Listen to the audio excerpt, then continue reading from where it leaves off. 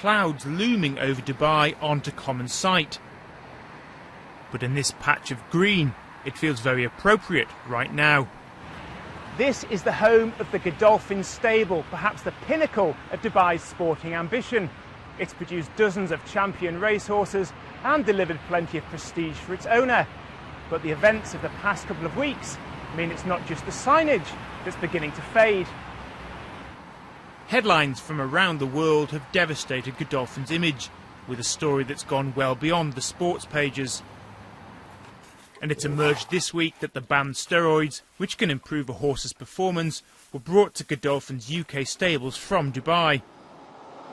The blame's been pinned firmly on this man, head trainer Mahmoud Al-Zaruni, who's admitted supplying the drugs and ordering them to be given to the horses. A rapidly held hearing by British racing authorities dismissed claims he'd simply made a mistake. His 8-year ban's likely to end his career. But for Dubai's ruler, Sheikh Mohammed bin Rashid Al Maktoum, it's perhaps worse.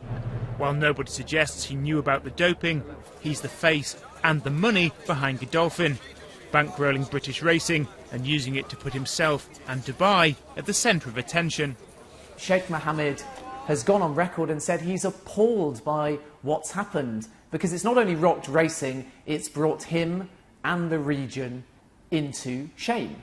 And you can't deny that. Now, he says he's got nothing to do with it and he didn't know about it, and I believe him. He's an honourable man and he wouldn't want to win through any form of cheating. But nonetheless, when you have the best racing facility around and you've pumped millions into it and you've got world-class horses and jockeys, and then suddenly you're hit by a doping scandal, a bit like Lance Armstrong in cycling, you do simply go from heroes to zeros.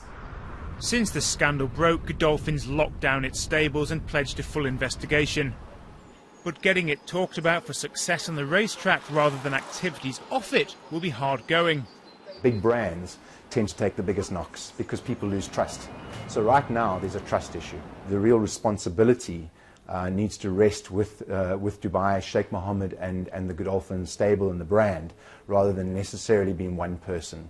And I think that that's the challenge, is that people really don't think it's just one person, that it must be, you know, it's more than that. I think there's a suspicion that there's more than that. Sheikh Mohammed and the Godolphin stable need to become a lot more visible in providing information on the audits and the proactive steps they're taking to ensure that this is weeded out, never happens again, and in addition to that, potentially even playing a role in making sure that the industry is cleaned out of foul play. Now here is another reason why Dubai wants to rebuild its racing reputation.